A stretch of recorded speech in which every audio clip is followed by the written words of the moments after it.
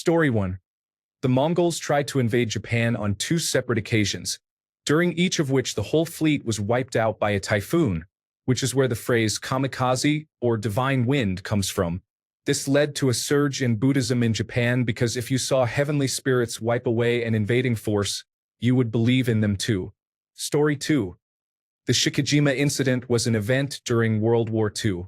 Shikijima is a small island south of Japan that was fortified during World War II and housed a garrison of Imperial Japanese forces, including an airbase and a long-distance radio station.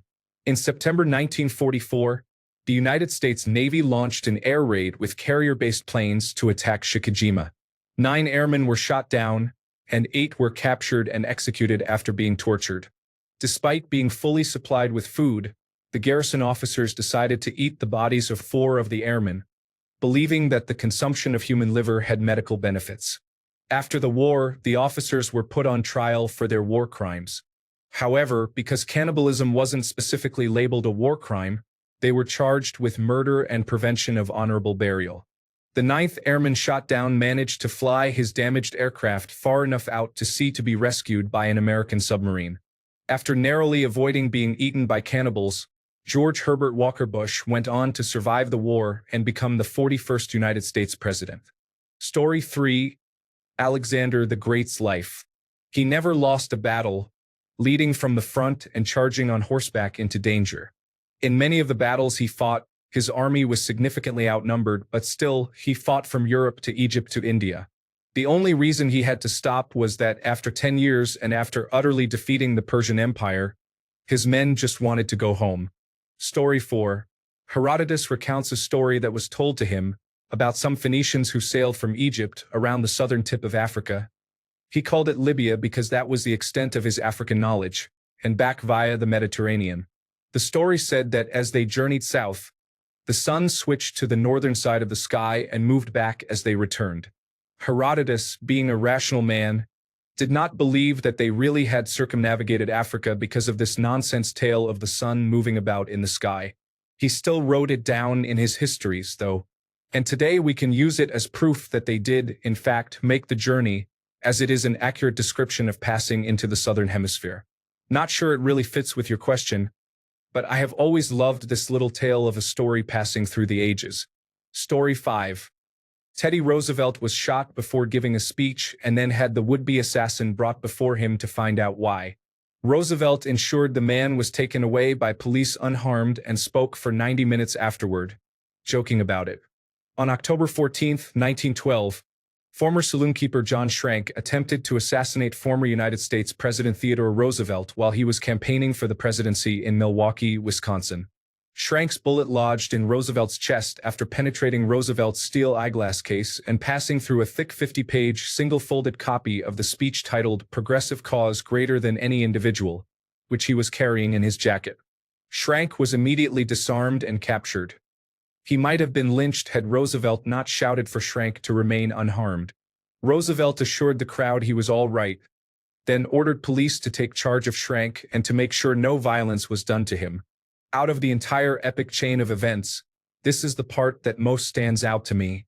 Roosevelt ordered, "Bring him to me." Schrank was led to Roosevelt, and the two men looked into each other's eyes. Putting his hands on Schrank's head, so he could look at him and determine if he had seen him before, Roosevelt said to Schrank, "What did you do it for?" Getting no response, he said, "Oh, what's the use? Turn him over to the police." As police held Schrank, Roosevelt looked down at him and said, "You poor creature." Roosevelt ordered, "Officers, take charge of him, and see that there is no violence done to him." Story 6. During the siege of Tenochtitlan, the Spanish tried to make a trebuchet, which ended up shooting one projectile straight into the air and back onto the trebuchet. This is recorded in both Spanish and Aztec codices. Story 7. I am into mythology and wanted to read the most original text I could find about King Arthur's tale. Then I found and started reading Geoffrey of Monmouth's Historia Regum Britanniae, which is pretty much a fictional history of Britain. At some point, he claims Ireland was founded by a group of people from Spain called Basquenses. I was like, what? Did the Basques we know found Ireland? and thought it was a very weird thing to make up all of a sudden. So I searched, and apparently the Irish and Basques share a fair amount of genes.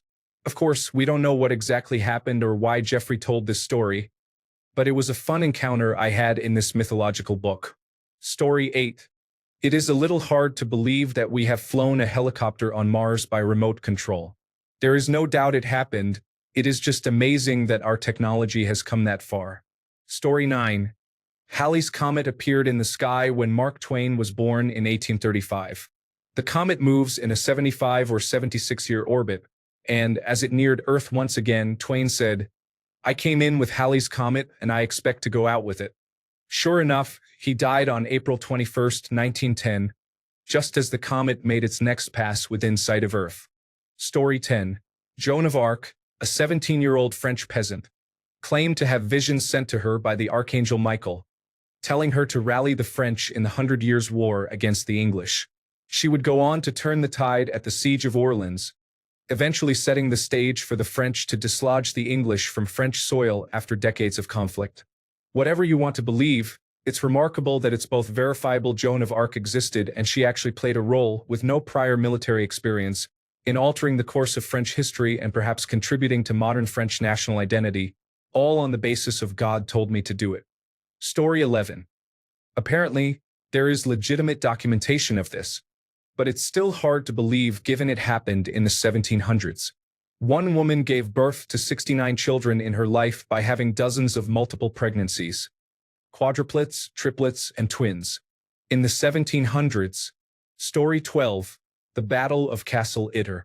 In 1945, some United States soldiers and the Wehrmacht fought side by side against the Schutzstaffel to protect a group of high-profile French political prisoners. Story 13.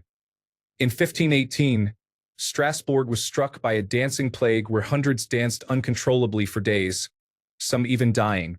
While the exact cause remains a mystery, theories include ergot poisoning and mass psychogenic illness. Story 14. Not so much a single event, but all the events around Benedict Arnold, his betrayal, and how the worst of it was thwarted. The summary: Arnold was a war hero in the Revolution. However, he was losing money and receiving no real compensation from the American government, as well as being overlooked for promotions. His wife was a loyalist and helped convince him to turn to the British side. Using American loyalists, he set up contact with the British, who pointed him to their new head of intelligence. The two met at a farmhouse. The plan was laid out that Arnold would surrender the fort at West Point while Washington was scheduled to be visiting. The men departed. Arnold headed back to his command at West Point, and the intelligence officer, André, began to walk back to British lines. Along the road, André saw a group of men he believed were Hessians, German mercenaries Britain hired to help with the war. André was dressed as a commoner at the time, but seeing allies, he announced to them he was a British officer. The men, though, were not Hessians. They were Americans who had taken the uniforms. They arrested André and searched him.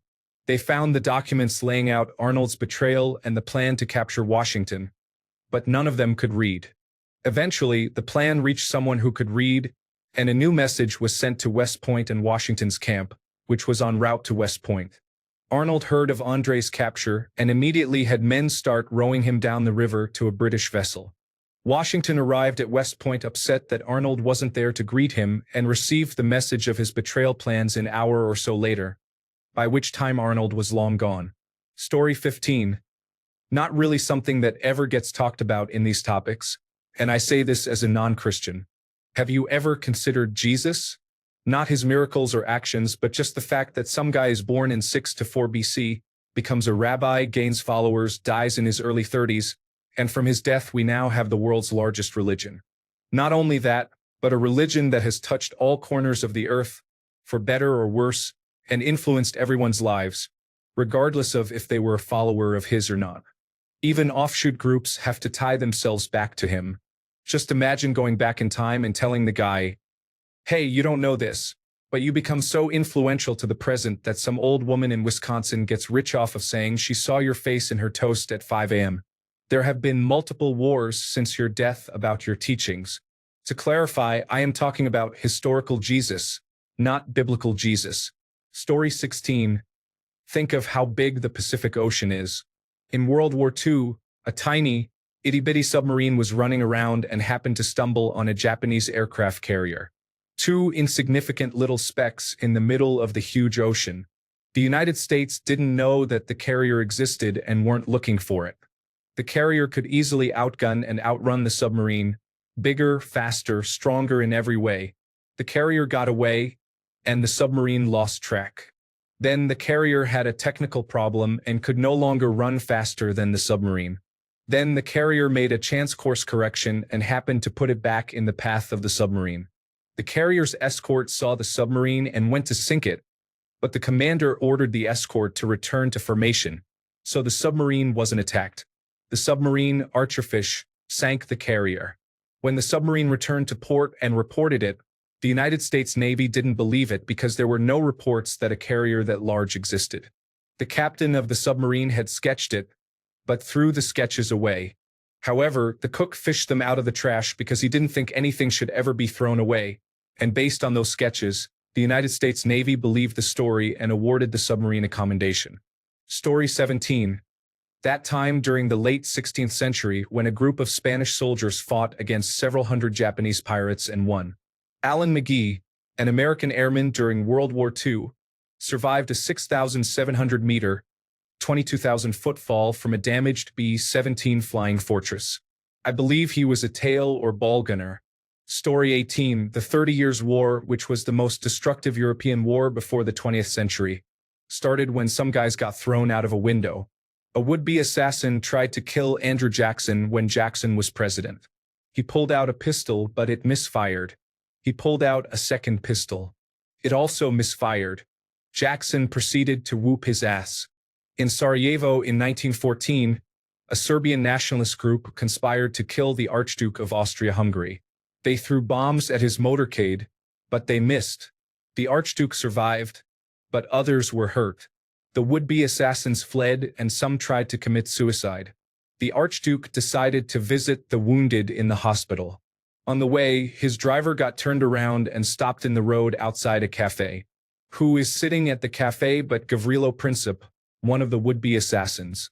Princip pulled out a gun and killed the Archduke and his wife, triggering World War I. And on the sports side of things, eventual Hall of Fame pitcher Gaylord Perry was taking batting practice as a rookie in 1964. His manager quipped to someone he was with that they will put a man on the moon before he actually hits a home run. Perry hit his first career home run on July 20, 1969, the day Neil Armstrong and Buzz Aldrin landed on the moon. Story 19. Montreal Screwjob. World Wrestling Entertainment owner Vince McMahon legitimately screwed over its then champion, Bret Hart, because he was leaving for rival World Championship Wrestling.